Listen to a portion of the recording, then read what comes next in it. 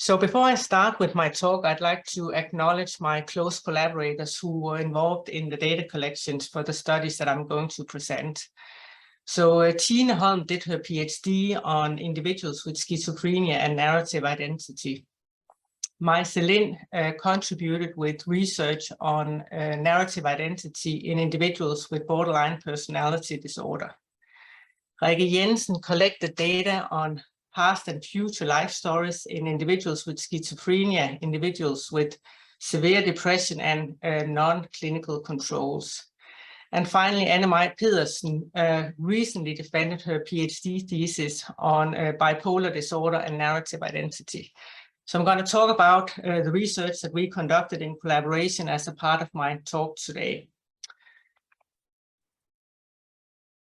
But before I get into the theoretical background and the methods, I'd just like to share a quote from one of our participants with major depressive disorder that I think illustrates the key themes of the talk very well. So she had suffered from several severe episodes of depression and had gone through hospitalization.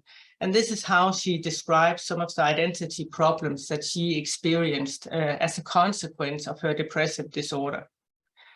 I've experienced myself in a way that's very destructive. The values I thought I had in my life, I've experienced how they were driven to the background so that I did not have anything at all. The things that I thought were anchor points in my life, I've experienced how they disappeared. I've been in a place where I've lost myself, emotionally and intellectually. When I think back on it, I think it is the illness that overshadowed my understanding of how things were. In a way, I'm now rediscovering myself. So she experiences this severe identity loss as a part of her, or as a consequence of her depression, but she also ends in this quote by saying that she is now rediscovering herself. So that points towards the concept of personal recovery that we are also interested in relating to narrative identity. So the broad context of the research that we're conducting is concerned with identity problems in mental illness. And identity problems are common across a range of mental illnesses, schizophrenia, depression, personality disorders. And one way to conceive this relationship between identity problems and mental illness may be to think of identity problems as a kind of vulnerability to mental illness. That individuals with certain types of individual or identity problems may be vulnerable to the eruption of mental illness. Identity problems are kind of pre-existing prior to mental illness. However, another way to conceive the relationship between identity problems and mental illness is to think about how having and living with a mental illness and going through treatment for mental illness may negatively impact on your identity. And if that is the case, such negative identity impact may hinder personal recovery. Now, I don't know how many of you are actually familiar with the concept of personal recovery, but it's a kind of a supplementary concept to clinical recovery. So clinical recovery is often researched in the mental illness literature, and it refers to recovery from the key illness indicators such as symptom remission and improving functional level. However, personal recovery refers to recovering from the psychological and social effects of mental illness. So it's less concerned with illness indicators and more concerned with living a good life with mental illness, even if you still have remaining symptoms and even in the face of continued episodic relapse. It includes developing a positive identity and living a life with meaning, purpose, and hope, experiencing social connection to other people, and taking personal responsibility for your life and your mental illness.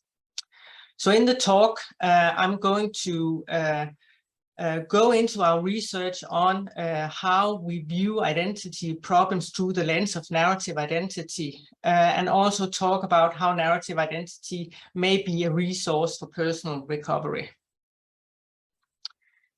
First, I'm going to give you a little bit more detail on what narrative identity is for those of you who are not very familiar with this concept. Then I'm going to give you some more details on the quantitative studies we have done in the past.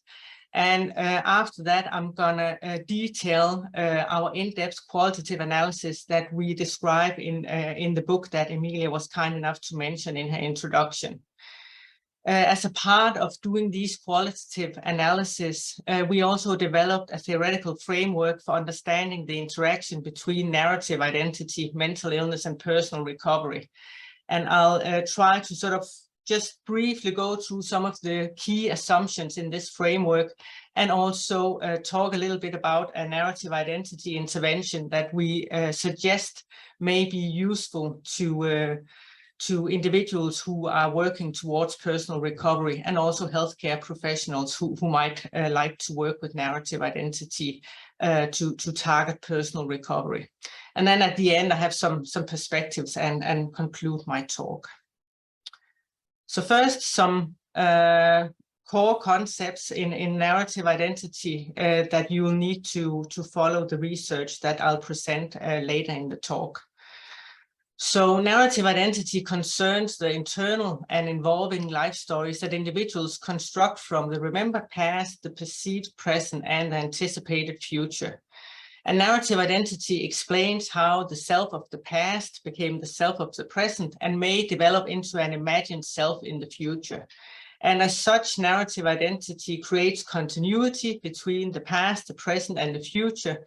And it helps provide individuals with a sense of meaning in their life. Things are not random, they're meaningfully connected, and their life has purpose. They strive towards certain things in their subjective future. Narrative identity is deeply personal and subjective. It's not just a mere list of objective facts. It is grounded in autobiographical memory. It is anchored in facts, in life facts. But it's also an act of interpreting these memories, putting them together, remembering some events and putting them in the foreground of your narrative identity, whereas other events fade more to the background, and imagining how the present and the past may lead into a certain personal future. It's also important to say that narrative identity is not just conceived of as a kind of a written thing or a spoken thing. It's this internal life story that people create as an act of reflection that merges together experience and reflection, the inner world and the outer world, so to say. There are different ways to conceive and examine narrative identity, but what we do in most of our research is that we focus on chapters in individuals' life stories. And this is because various studies have shown that chapters play an important role in constructing life stories. So, for example, when individuals are asked to share their life story in an open format, they often use these prolonged chapters that refer to periods in their lives to construct a coherent life story. We've also shown in studies that these chapters are more stable over time, and we've suggested that by using these life story chapters, individuals can create a relatively stable and coherent past and future life story. And this is illustrated in the figure in the lower part of the slide, which exemplifies chapters from one of our participants with schizophrenia. So as a part of his life story, he described a chapter 1, which included details about an adverse childhood. And what I'm showing in this figure is just the headings for each of these chapters. Much more detail was shared in the actual life story interview. The second chapter concerns his second family. The third chapter described details about how his psychosis developed. Chapter 4, he metaphorically entitled The Light and referred to how he was recovering from the effects of his psychosis. And then he imagines 4 chapters in his future. One concerns moving from the psychiatric group home that he's presently living in to his own apartment, and reducing medication with the help of his psychiatrist is the second chapter. Then as he moves further into the future, he identifies a chapter where he hopes to meet a girlfriend and maybe even go traveling with his girlfriend. So as individuals construct their narrative identities, they put together these past and future life story chapters. Another key feature of narrative identity is referred to self-event connections. So self-event connections is a part of this special reflection process, autobiographical reasoning, that individuals use to construct coherent and meaningful narrative identities. And self-event connection especially refers to reflections concerning how the self influenced events and how events on the other side also impacted the self. And I'm going to show you a few examples of this in a moment. These self-event connections are important as they create and maintain continuity and change in narrative identity. So these two quotes are from some of our participants and exemplifies that self-event connections can be both positive and negative. So I'm just going to read these quotes, and the red text sort of captures the parts of the chapters that are concerned with self-event connections. The first quote goes as follows. The second important chapter in my life was when I started gymnastics. The second I stepped into the gym, I fell in love with the sport. I committed hours and hours to getting better. I started moving up levels and going to competitions. I created lifelong relationships with my coaches and teammates. Gymnastics was a constant throughout my whole childhood and teenage years. It taught me so many life lessons and was worth all the time I dedicated to it. So the first two red parts of the quote concerns how the self impacted how events unfolded, and as such illustrates self-event connections. And the latter red sentence, it taught me so many life lessons, illustrates how this chapter, how this series of events in her life influenced how she developed as a person, how events impacted the self. A person storying identity in this manner would have identity conclusions along the lines of I can improve, I can influence events, and as such enter new situations and the future with an identity that enables her to influence events and learn from the events that she experiences. The other quote is from one of our participants with borderline personality disorder and illustrates a more negative self-event connection. So she shared the following as a part of her life story. It's complex because my parents were extremely good at raising a child in a culturally correct way. You know, this is how you ought to behave. However, being emotionally available and providing me with security was not a concern. So I've not learned how to be me, believe in myself, or think of myself as valuable at all. 90% of the time, I criticize myself for all the things I'm not good at, guilt, shame, and self-hate. The worthlessness that I feel has its starting point at that time. So this last sentence in red illustrates a self-event connection where she interprets this part of her life as the starting point of this sense of worthlessness. So with this type of narrative identity, an enduring identity conclusion would be I'm worthless and others are not available, emotionally available for me. Another aspect of narrative identity that we've been particularly interested in concerns themes in narrative identity. And other research in narrative identity has identified two overarching themes. So agency themes concerns learning, self-determination, and mastery, and communion themes are about intimacy, belonging, and caring. And we examine these themes in the narrative identities of individuals with mental illness. And I'm also going to illustrate how these themes may be present in a positive way and how they may be absent in a negative way in the narrative identities of our participants in the following two examples. So the example illustrating high agency is from one of our participants who was diagnosed with schizophrenia and who was severely affected by his illness for several years. But at some point in time, he decided to work to get better. And this is the part of his life story where he described this. The moment I get the opportunity to change my situation, it happens relatively fast. I start reducing medicine at some point in time, and then it happens even faster when you have the energy. When you don't sleep 18 hours a day, then you have more time to move forward. And I work with different therapeutic tools. Then I begin. First, I take a job. I was creating their website. It was like a sheltered workshop. And then I started working a couple of years ago, like 8 hours a week, and did that for a long while to sort out whether I could do these things again.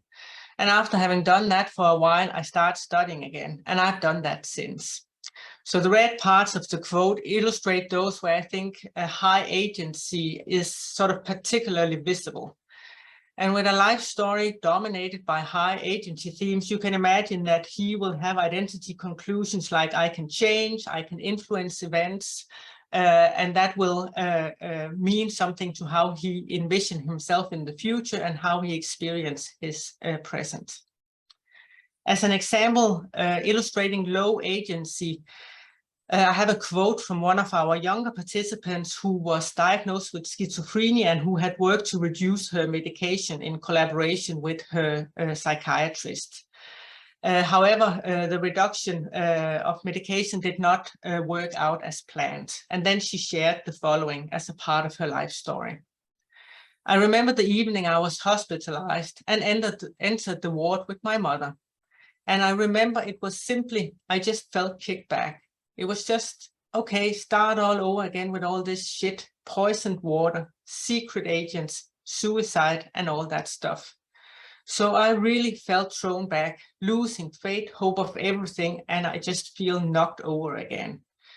So the red text illustrates those parts of the quote that in particular illustrates this sense of low agency. And a life story or a narrative identity dominated by these kinds of themes will be associated with identity conclusions like I cannot manage. When I try to change things, it doesn't work. I cannot really control the important things that happen to me. Turning to the other key theme in narrative identity is an example of high communion. And this is from a participant with schizophrenia about her first hospitalization. I still remember exactly what it was like to enter this ward and be so scared and be so insecure. And then these young people sat there. It looked entirely normal, sitting in the sofa laughing. And it was a very, very significant experience for me that they just said, come on over. Well, are you the new one from Ward 5? And that they talked openly about their experiences and thoughts. It was simply so strange that you felt different and alone in the world. And all of a sudden, there are others who know exactly how you feel. So for me, it was almost the biggest part of the hospitalization, meeting other patients and form bonds with them. And as you can see in the red text, there's this sense of connecting with other people and this sense of being a part of a group that would be associated with identity conclusions like I can connect to other people can understand me, I'm not alone. That would be adaptive when coping with present events and imagining the future. As an example illustrating low communion is a segment from a life story from one of our participants with borderline personality disorder. Her mother had left her with her aunt, and she shared the following in her life story. My aunt couldn't cope with me because I was already back then. I was really frustrated and had a lot of stuff that I hadn't worked through. I was too wild with the other kids and ran off from kindergarten. And the teachers couldn't manage me, and my aunt thought it was too much, so I was sent back to my mother. So in that way, it has a negative effect when someone gives up on you, right? So the stay in itself was positive, but being discarded, that was negative. And it has affected, and it was just one of the times I was discarded. So the participant actually in this last sentence sort of captures the identity conclusion carried in this story, that she was discarded by other people and that this was a recurrent theme in her narrative identity, illustrating one example of low communion theme. So these are the aspects of narrative identity that we are particularly interested in studying in individuals with mental illness. And now I'll give you an overview of the case control studies that we have conducted to illuminate how narrative identity is affected in individuals with mental illness. So the studies are somewhat different, but they're also very similar. So I'm not going to go into detail with every single study. I'm just going to give you sort of, like a little bit of a method overview so you grasp sort of the logic of these studies. So when we examine narrative identity in individuals with severe mental illness, we typically ask them to narrate chapters. And in some studies, we ask them to narrate both past and future chapters. But in all studies, we have past life stories, past narrative identity. And then in some studies, we also look at how they project themselves into the future. We ask participants to rate self-event connections. So when they've described a chapter in their life story, we ask them using self-report questions whether they perceive that this chapter has affected them in positive or negative ways. We also content code the chapters for themes of agency and communion, and we do this using standardized procedures where we follow a coding manual, and then we have two independent coders agreeing on the themes, and only when there's high agreement do we use these codes in our analysis. So basically, we read each chapter and then we assign a high number if it's a high degree of agency and a high number if it's a high degree of communion. If there's low agency or negative versions of agency, or low communion or negative versions of communion, we assign a low number, and then we enter these numbers into our statistical analysis. We then compare these chapter ratings and content codings shared by participants with mental illness to chapters described by individuals with no known psychopathology. We compare them on these self-event connection and themes of agency and communion. I'd also just briefly like to nod to research conducted by Melissa Allais, Fabrice Berner, and others who have examined coherence and more structural aspects of narrative identities in individuals with severe mental illness. That research is relevant to ours, but I'm not going to review it here because we've mostly focused on these other aspects of narrative identity. So I'm going to go through one study and then use that to illustrate some of our key findings. So this study was conducted by Mai Celine as a part of her PhD and involved collaborators from various psychiatric hospitals. The aim of the study was to examine narrative identity in borderline personality disorder. And what she did in this case control study was to compare 30 individuals with borderline personality disorder to 30 control participants with no known mental illness. Each participant was interviewed and invited to elaborate on up to 10 chapters in their life stories. And for each chapter, Maisa also asked them to self-rate the chapter on emotional tone, how negative and how positive it was, and self-event connections, whether the chapter had affected them in negative or positive ways. She then content coded the chapters on themes of agency and communion, as I just illustrated in the prior part of the talk. This graph shows the main study or the main results of the study. So these variables are not on exactly the same scale, but I still decided to put them on the same graph for simplicity. So what she found was that the emotional tone of life stories of individuals with borderline personality disorder was more negative compared to the control group. She also found that the self-event connections were more negative in individuals with borderline personality disorder compared to the control group. And then she found that when they shared chapters in their past life story, these were characterized by lower degree of agency and lower degree of communion fulfillment.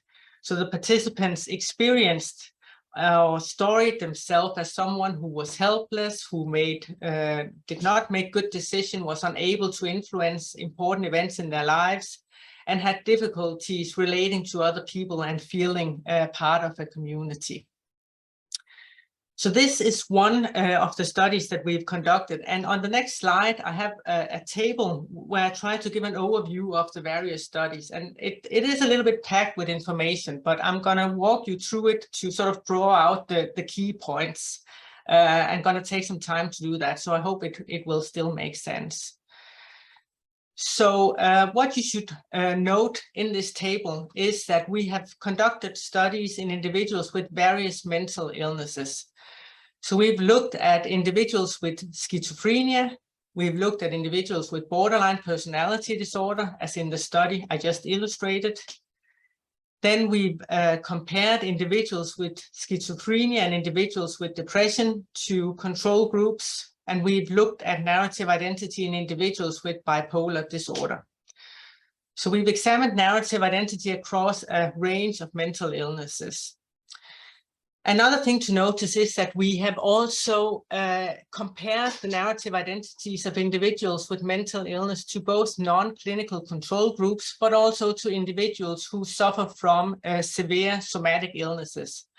So Tine Holm, in her study, compared individuals with schizophrenia to individuals who were HIV positive. And Anne-Marie Pedersen compared individuals with bipolar disorder to individuals with diabetes, as well as a non-clinical control group. And the idea in these two studies is that we need to find out whether some of the problems that we see in narrative identity in individuals with mental illness are limited to mental illness, or whether we also see them in individuals who suffer from severe somatic illnesses. Across all these studies, what we see is that individuals with mental illness tell their past life stories with less agency and less communion themes. And I want to add that Anne-Marie is presently coding her life story, so I expect that we'll see the same result for her last study, but we're not sure yet. What we also see across these studies is that individuals with mental illness, they have more negative self-event connections and less positive self-event connections. So they tend to interpret their life stories as illustrating negative aspects of themselves and the self as changing in negative ways. And they are much less likely to embrace interpretations of the self changing in positive ways, or chapters illustrating positive aspects of themselves. Now, there's one finding that really surprised us, and this is because in some of our latter studies, we've started looking at future life story chapters. And very surprisingly to us, we did not find the group differences when we looked at future life story chapters. So when Rikke Jensen conducted her studies on individuals with schizophrenia, individuals with depression, and compared them to a non-clinical control group, while she did find that past chapters were affected by mental illness, she did not find the same differences for future life story chapters. And the same lack of difference for future life story chapters was found when Anne-Marie Pedersen compared her participants with bipolar disorder to a non-clinical control group. In one of our latest studies, Anne-Marie Pedersen have examined a new group of individuals with bipolar disorder, and she does find that individuals with bipolar disorder have slightly less positive future chapters compared to the non-clinical control group and compared to the group with diabetes. But in general, what we see is that the group differences for future chapters tend to be smaller than group differences for past chapters. So a key insight from these studies, and also from other studies that have been excellently reviewed in Cohen's and Lind's review articles, we see that across diagnosis, individuals with mental illness look back on their lives and construct identities with low agency and communion themes, and with more negative implications for their self. We also see that this is still the case when we compare them to individuals with severe somatic illness, indicating that the effect of mental illness is not similar to effects of somatic illness on narrative identity. Because we see the same pattern across different diagnostic groups, we've suggested that narrative identity, or at least these aspects of narrative identity, may be a potential transdiagnostic marker. But we are very aware that we have not examined all diagnostic categories, and we also recognize that there may well be diagnostic specific effects on narrative identity that we've simply not discovered in our studies, because we've focused on the broad themes of agency and communion and positive and negative self-event connections. Still, even though they construct their past in these negatively colored way, they do craft their futures with higher agency and communion themes and as reflecting positively on their self. So as I mentioned, we were very surprised by this finding, and we think it may reflect or may be explained in different ways. So one possibility is that our participants are on the path to personal recovery, and that this positive future in their narrative identity may reflect hope and purpose in their narrative identity. It's also possible, however, that this positive future acts as a kind of a defense against an unbearable past and present, and may protect against suicidality. I'd like to show you an example of a chapter that is positive in the future and which may indicate a positive path towards personal recovery. So this is from one of our participants who had lived in a psychiatric group home for many years, but was now starting to get better and thought about living independently. So he shared the following in his life story. I'm looking for another place to live because I feel that I'm getting too well to stay here. I'm in the process of looking into where I can live. I'd like my own apartment, not something within the psychiatric system, my own apartment, and then with a support person. They said I could get that. It will be really exciting. I feel that I'm getting better. The last bit will only come when I move away from here. I feel that when I move, I will start a new chapter. I've stayed with my mom over Christmas, and when she had to go out, there were evenings where I had to cook dinner myself, and I enjoyed it. I'm really looking forward to getting out on my own. I'd like to prove to myself that I can do this alone, you know. And I think it's positive that I have the courage to try life now, to get a life. I might get a bit lonely in the beginning, have to get used to it. And it might be too difficult sometimes, because here I know I can always see the staff if something is bothering me. But I don't see that as negative. I see it more as a challenge. So we've established in these case control studies that individuals with mental illness have narrative identities that are characterized by low agency and communion and more negative self-event connections. But there's also huge variation within the clinical group, and this variation may make a difference to relevant outcomes in mental illness. So we could ask the question of whether narrative identity matters for clinical groups. And in some studies, we have found results indicating that this is the case. So we found that agency themes increase over psychotherapy, indicating that reconstructing the self as more agentic may aid improvement. We've also found that agency themes explain variance in self-esteem after controlling for metacognition, which indicate that reconstructing the self as more agentic may aid personal recovery. And a final result pointing in that direction is that agency themes, especially in future chapters, explain variance in psychosocial functioning even after controlling for neurocognitive measures, which indicates that projecting the self into the future to become agentic may also aid personal recovery. So this was a summary of our quantitative studies, and I'm going to now elaborate a bit more on the qualitative analysis that we did of the life stories. And these are what we describe in the book that Emilia mentioned, and you can see the front page here. So the quantitative studies do not really speak to whether narrative identity problems comprise a pre-existing vulnerability to mental illness, or maybe stem from mental illness, maybe an effect of mental illness. So this question we cannot answer with the quantitative studies. Also, you could argue that the quantitative studies do not really capture a true first-person perspective on mental illness, because we use these established coding manuals and we code for themes that we have agreed on before conducting the study. So to gain a sort of a more nuanced and truer first-person perspective, we should really start out with the life stories as these people tell them, and then develop themes based on our close reading of these life stories. So this is what we did in the qualitative studies. We gathered the life stories from 118 participants with these different mental illnesses that I've just talked about: schizophrenia, borderline personality disorder, bipolar disorder, and major depressive disorder. We did not code the full life stories. We coded certain segments of the life stories. We looked especially for statements or parts of the life stories where the participants talked about how their mental illness had affected their self and their identity. And then we organized these statements into sub-themes.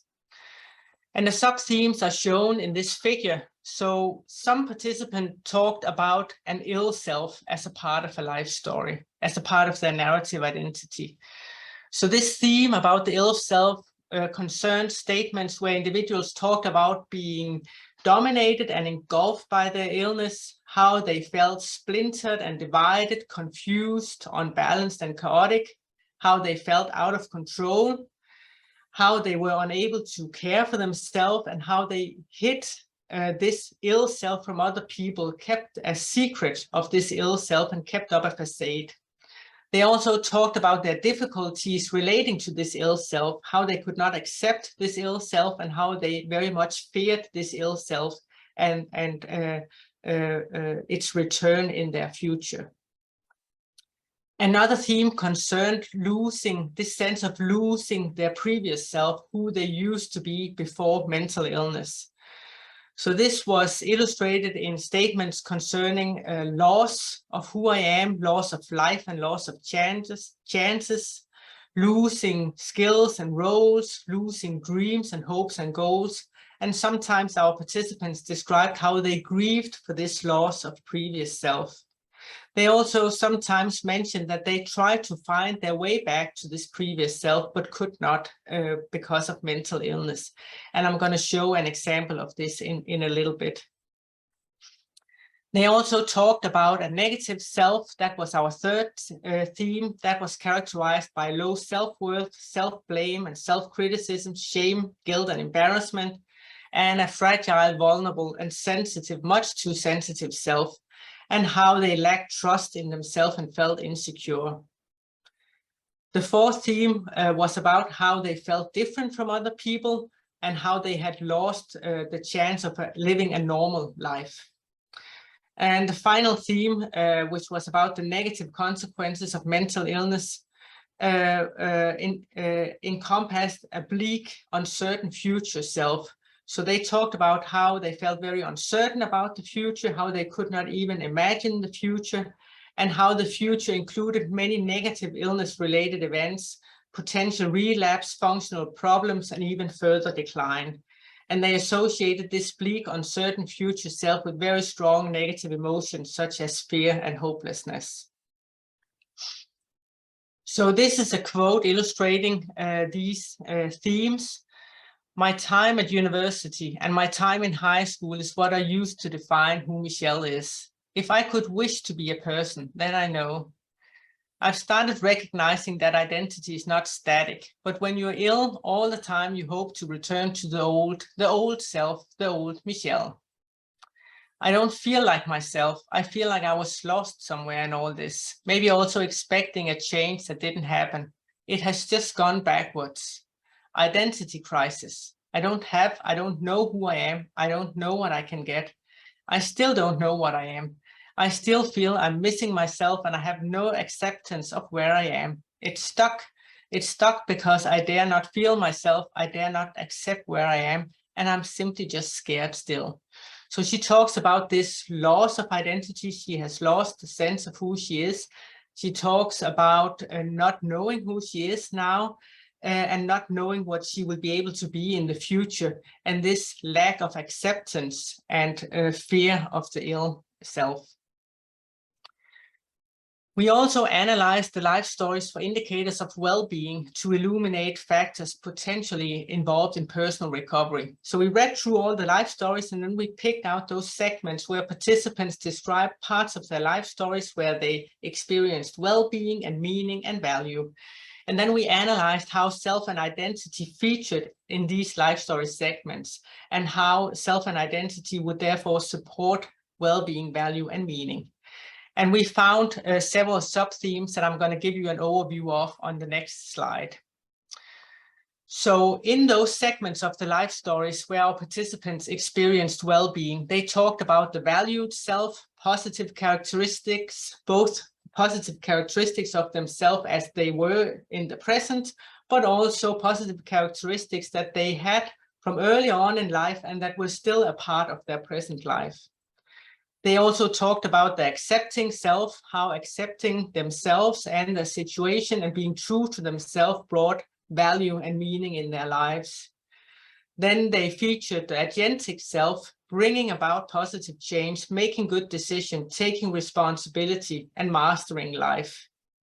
A fourth theme addressed the growing self, which was about changing and developing and learning about the self, others, the world, and skills. And finally, as a kind of a counterbalance to this uncertain, bleak future self that they talked about as a cost of mental illness, some parts of their life stories also addressed a much more positive future self, what we labeled the dreaming self. So this was about hope and excitement and looking forward to, and it contained various aspects that were connected to well-being experiences within relationships, within education and work, and also developing as a person in agentic ways. And this quote illustrates one of our participants who changed in a positive manner. So this illustrates the theme of growth and agency.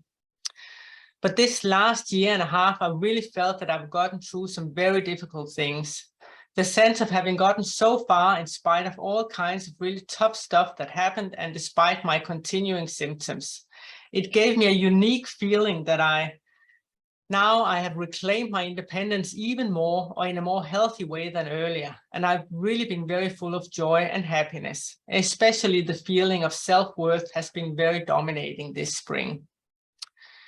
So in summary of our qualitative analysis, what we can see is that mental illness affects narrative identity in various negative ways. So there are certain negative identity costs to mental illness. We have suggested that these negative identity effects may hinder personal recovery, which encompasses hope, meaning, and positive identity.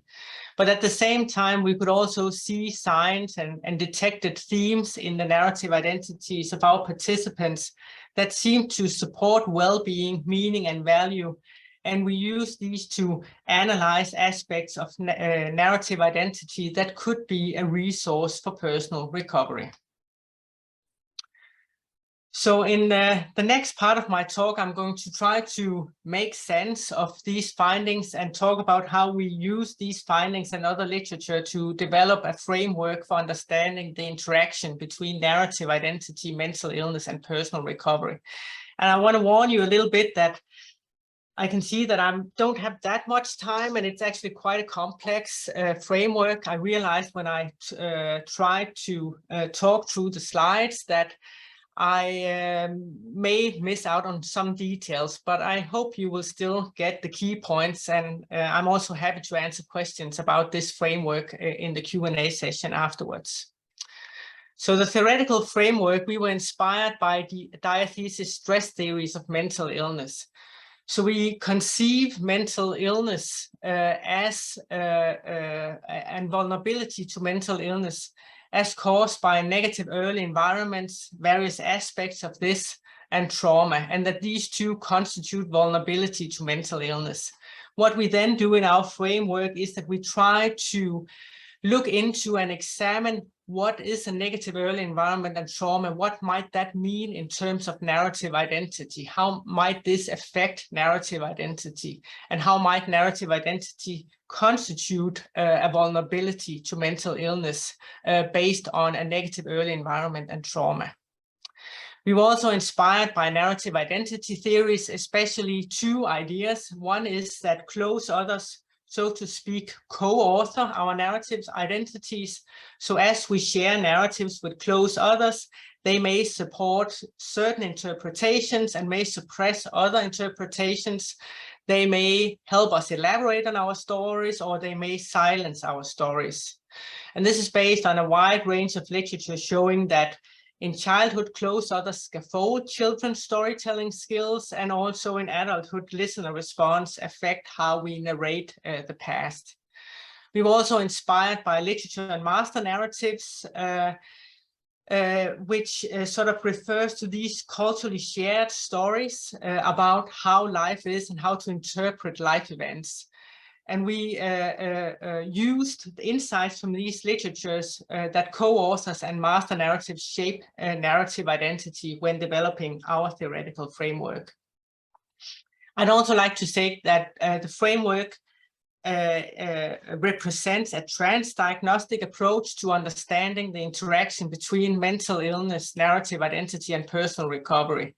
And this is not because we do not think that there are not differences between different diagnostic categories. There certainly are differences. We do not address these in our framework, but that is mainly because we started out with looking at similarities across mental illnesses.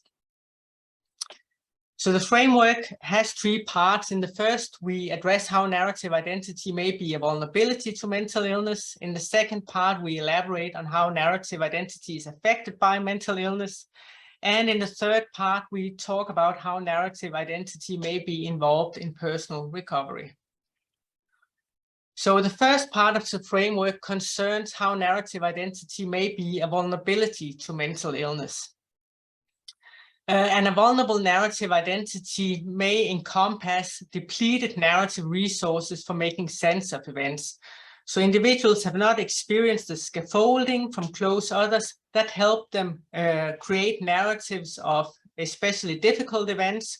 So they may struggle to create coherent narratives where they understand events and understand the impact of events on themselves and make sense of these events. A vulnerable narrative identity may also be focused on trauma, which we know is present and a risk factor for developing mental illness. And sometimes trauma may also be accompanied by self-defeating interpretations such as blame and a sense of being helpless and being responsible for the trauma. So together, we suggest that a vulnerable narrative identity may cast individuals as passive victims, as stunted in their growth, and others may be narrated as unhelpful or even harmful. With such a narrative identity, individuals may respond to negative events with more intense stress. So if you perceive your identity, if you narrate your identity as with themes of being passive, as unable to change and learn and grow, and others as being unhelpful, then you individuals may not have the tools, the narrative tools to cope with negative events, and they may respond with increased stress, which could then trigger mental illness. As part of this, one part of this explanation is also the various narrative identity risk factors that may affect the development of a vulnerable narrative identity. And on the next slide, I'm just going to illustrate some of these processes by quotes from our participants.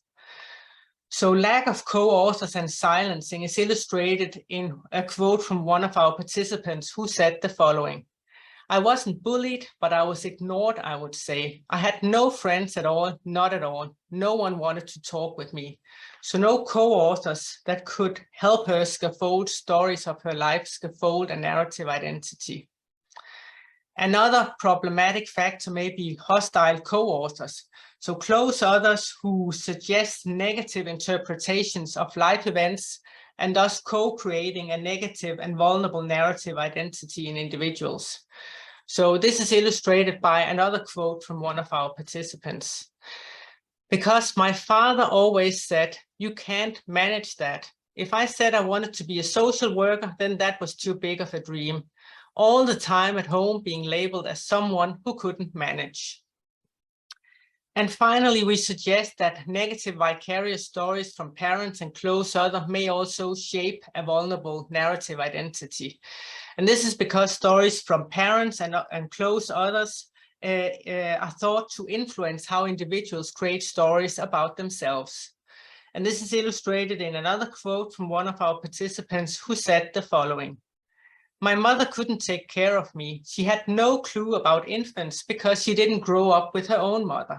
It was like weird, that family constellation. Completely crazy. It goes back for generations." The second part of our theoretical framework is concerned with how narrative identity is affected by mental illness. And this is about the themes that we identified as causes of mental illness to identity in our qualitative analysis: the ill self, loss of self, negative self, the sense of self as different, and the bleak, uncertain future self. And we suggest that various aspects of having a severe mental illness and living with a severe mental illness may cause this negative change in narrative identity. And I'm going to illustrate this with some quotes on the next slide. So mental illness and accompanying losses of relationship and roles may deplete individuals of certain identities. And this is illustrated in one quote from a participant who was hospitalized for a prolonged time period with bipolar disorder. And he said the following: "Like you lose a lot of identity in not being outside, having a job and a social network." We also suggest that as individuals struggle with mental illness and the accompanying cause, they may sense that they do not fulfill, or their lives and identities do not correspond to good master narratives that are accepted in their culture, like valued cultural milestones of education, work, marriage, and children. And this is illustrated in another quote from one of our participants. She struggled with education and said the following: "I feel like, how to put it, that you are being pushed a bit by society, people around me, because I took 2 gap years, which is a long time. And then I started, and then I became ill. Now I'm in my 4th year of not studying or anything. I really feel a lot behind." So she's referring to this culturally accepted milestone of education that's supposed to take place at a certain time in life, and her mental illness hindered that culturally valued milestone, and now she feels behind, and that could contribute to negative effects on her narrative identity. And finally, we suggest that toxic master narratives of mental illness, including trauma and vulnerability leading to mental illness, and mental illness being associated with future relapse and low functional level, may also shape the narrative identities of individuals with mental illness, such that they come to include these negative themes that we identified in our analysis. So I have an example of that, but I think my time is quickly running out, so I'm just gonna skip that example, and I can come back to it in the Q&A session if you'd like. So my final part of the theoretical framework concerns how narrative identity may support personal recovery. We suggest that narratives may help in creating order and meaning in these very chaotic and negative events associated with mental illness. And we draw on a lot of literature indicating that narrative and narrating negative events may be helpful in coping with pain, grief, and fear. We also suggest that constructing a narrative identity with some of these positive identity themes that we identified in the qualitative analysis may support personal recovery. Then we speculate that in order to make these changes in narrative identity, creating an illness story with meaning and constructing a more positive narrative identity, individuals may require positive co-authors, both among healthcare staff, but also among their close others, to support this restoring of their narrative identity. Another important influence could be vicarious stories from peers with mental illness who share stories about how they have overcome mental illness to possibly live a life with meaning and hope, and have developed positive identities. And these alternative vicarious stories may outweigh the negative effects of these toxic master narratives of mental illness, and individuals may need them to model their own narrative identities on. Then we developed an intervention from these insights. But I think what I'm going to do is I'm going to skip these slides, and then if you have questions for the intervention, I'm happy to answer those as a part of the Q&A session, because I want to move to the perspectives and conclusions of my talk. So individuals with severe mental illness, they value well-being as an outcome. Studies have shown that when individuals with severe mental illness are asked what they find as important outcomes of treatment, they focus on well-being. They do not solely focus or even prioritize symptom remission. So well-being is an important outcome for individuals with mental illness. And well-being is a part of personal recovery, which has also been included in national guidelines for psychiatric care in many countries, including Denmark, where I live. So there are good reasons to focus on well-being and personal recovery in individuals with mental illness. We also think that a narrative identity perspective may be especially useful for illuminating personal recovery, because it emphasizes a first-person perspective, and individuals may have valuable knowledge about what they need to thrive in their lives and what they need to master their mental illness and live a meaningful life, even as they cope with the effects of mental illness on identity and relationships and various other life domains. We think a narrative identity perspective is valuable also because it encompasses the very complex interactions between experience, identity, and sociocultural processes, as I've tried to illustrate in the theoretical framework. And we also think that in various ways, working with narrative identity and personal recovery, psychiatric staff may actually benefit. And we have an ongoing study addressing that question that I can talk more about if you're interested. So in conclusion, individuals with a range of mental illnesses construct narrative identities with low agency and communion themes, as well as negative self-interpretations. And we have suggested that narrative identity may act as a potential general vulnerability to mental illness that could heighten stress in response to negative events and trigger various forms of mental illness. Mental illness also impacts narrative identity negatively, as shown in our qualitative analysis. But at the same time, narrative identity can support personal recovery, and various identity resources can be brought to the foreground in narrative identity to help individuals live a meaningful life with purpose and hope, even in the face of mental illness. And finally, that psychiatric staff, not just individuals with mental illness, may benefit from working with personal recovery from a narrative perspective. So I'd like to thank you for your attention and your patience with me going a little bit over time, and also thank our participants who shared their life stories, our collaborators, and our funding agencies.